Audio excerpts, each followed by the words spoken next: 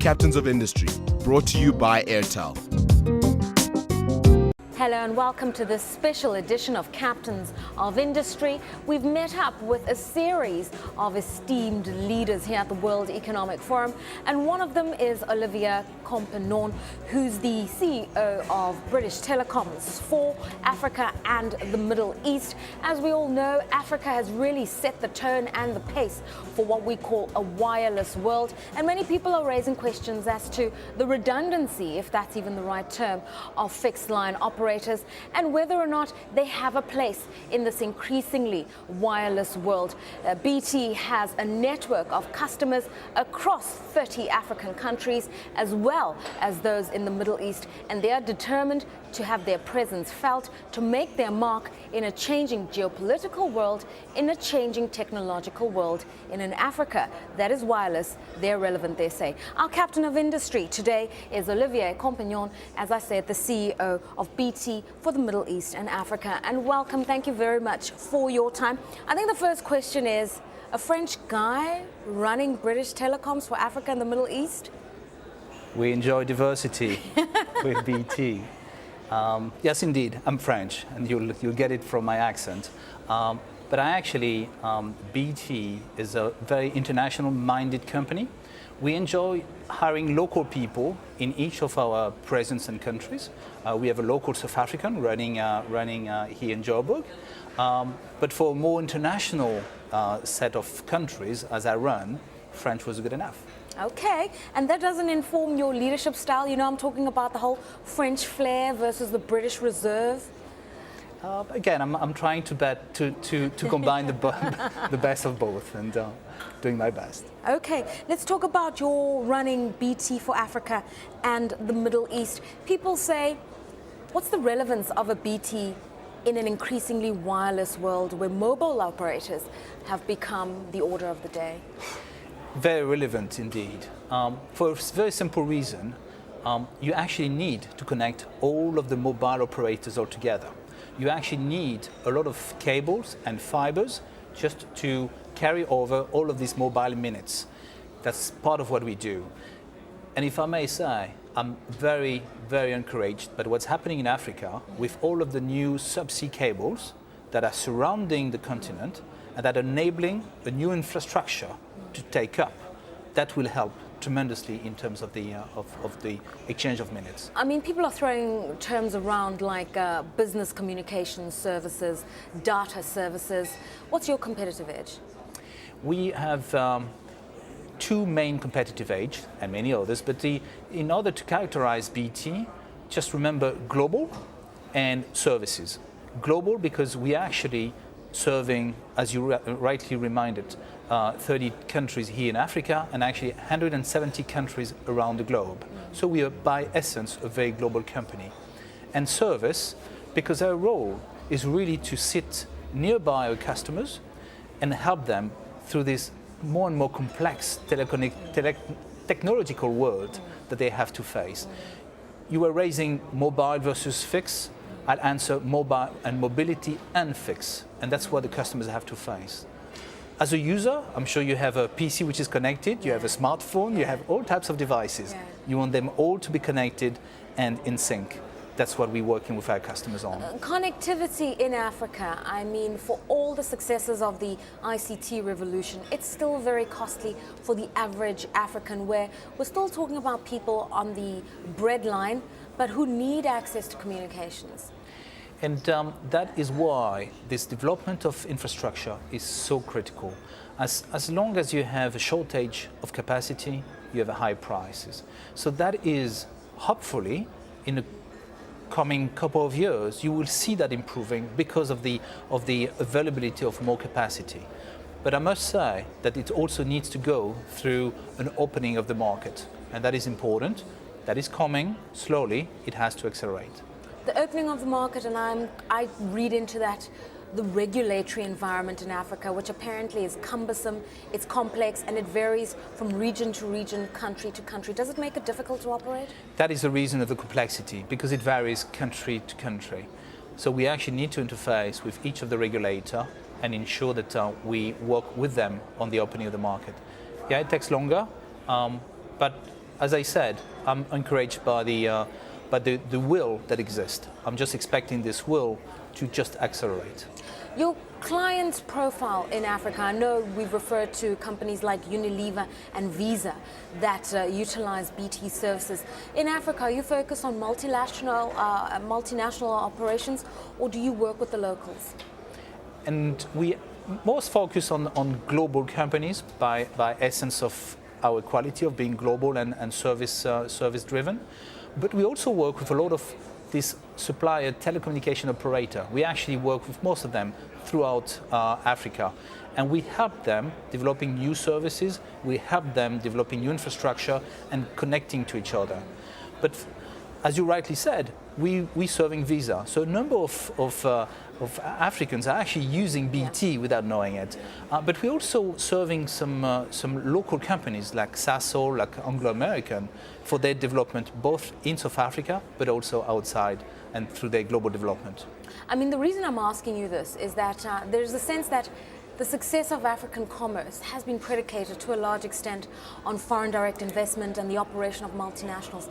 But there's a sea change where members of the diaspora are coming back home, starting local businesses. They're smaller in terms of value and size, but they're more important in terms of philosophically what they represent. And there's a view that these are the companies that need to be nurtured. And they definitely need to. Probably we need both. Africa has a chance now to get more and more connected to the rest of the world, but also to get more intra-Africa trading. That would go through infrastructure, that would go through connectivity. And with probably the rapid development of some of the large companies, it would create a higher visibility on Africa. What I can see, and I think that's again a positive feeling that I could also feel through the WEF here in Cape Town, is the growing demand of large companies to further develop throughout Africa, and actually being able, like the Unilever, the Procter & Gamble and others, to really be able to serve all of these populations and growing populations. That's very enthusiastic. Your business model, when you enter markets like the Middle East and Africa, do you simply transpose what exists in Europe and in the UK into Africa, or do you completely operate differently? You need to know that we've been actually operating in Africa for 20 years, so it's not new.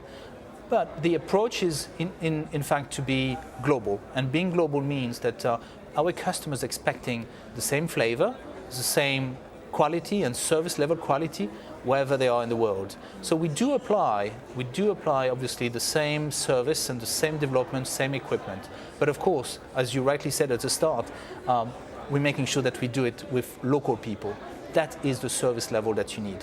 The interface has to be local. The understanding of the culture, the understanding of the economic environment has to be local. And that's why we are hiring local people to serve customers and interface with them. And working with local suppliers, that's a huge issue. Here at WEF, we've just, as CNBC, hosted a South-South cooperation debate. And one of the issues that came out is China, obviously, and Africa, and the extent to which we are supporting local manufacturing industries through this increased relationship of member states in the South. Then a point was raised as to what's the responsibility of corporates in ensuring that we are industrializing Africa. To that extent, along your supply chain, local input? And local challenge. Probably that's one of the beauty of our model. Our economic model is combining both the global customers, but as I said, the telecommunication operators. So these are our suppliers who are actually helping to further develop and move to the next generation. That way, we're ensuring it's a win-win situation, better quality for them, and better service for our own customers.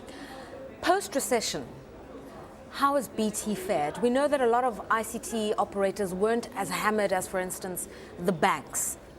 But certainly we've seen margins being squeezed, countries restructuring, and BT's gone through its own transformation. Was it because of the recession, or the recession was just an influencing variable? Well, as you rightly said, we went through our own transformation. I won't be very specific today. We're in a quiet period. We are very close to announce our yearly results next week, actually. So BT went through that transformation, but as we've announced on the third quarter results, things have been progressing quite positively. We've been ahead of some of the commitment we've made, and again, by nature of our business serving large companies, we actually go with the development of our customers, and as we see the economy raising up now, we see the demand from our customers raising up. Without wanting to go into the details of how the companies performed in the last year, when we talk transformation in Africa, we're talking about indigenous capital, we're talking about local equity in shareholding. Mm-hmm. Has transformation taken on that kind of social responsibility? Social responsibility and sustainability is something that BT has been involved and from quite a long time. It's not just from the past 2 or 3 years, and we've taken it very seriously with strong commitment. So strong commitment on the global basis in terms of some of the reductions in carbon emission, and strong commitment in countries like here in South Africa, where we've had a number of actions, including actions with UNICEF for the development and the support of some schools throughout the country, but also through the BEE development, where we're working with our partner Segonjala to do some development and entrepreneurship development. So it's something that is very high on the agenda, definitely. Obviously, when you're talking about South Africa and BEE, you have to comply with the codes. It's the rules of the country. It's even a value entrenched in the constitution. Mm-hmm. But is it a limitation? If you speak to miners or mining giants, they'll tell you it's a huge limitation because it changes operationally the structure of a mining entity, and it exposes them to a lot of debt and quite a lot of risks in that respect. Is something like BEE an impediment? We don't see it as such. As I said, to the opposite, there's 2 elements which are key for development. One is to make sure that we have the ability to operate at the level of quality that is required by global customers. Mm. So that's one. But then when it comes to our development, we want to make sure that we are heavily involved in all of the local environment and local deployment, and that's what we see today here in South Africa. Okay, we're going to take a short break. We're speaking to Olivier Campenon, who is the CEO for British Telecoms for the Middle East and Africa. Cautiously optimistic, I'd have to say, so far, in terms of Africa providing phenomenal growth opportunities, especially in the data services side, but of course some regulatory issues which do act as impediments for further growth and expansion.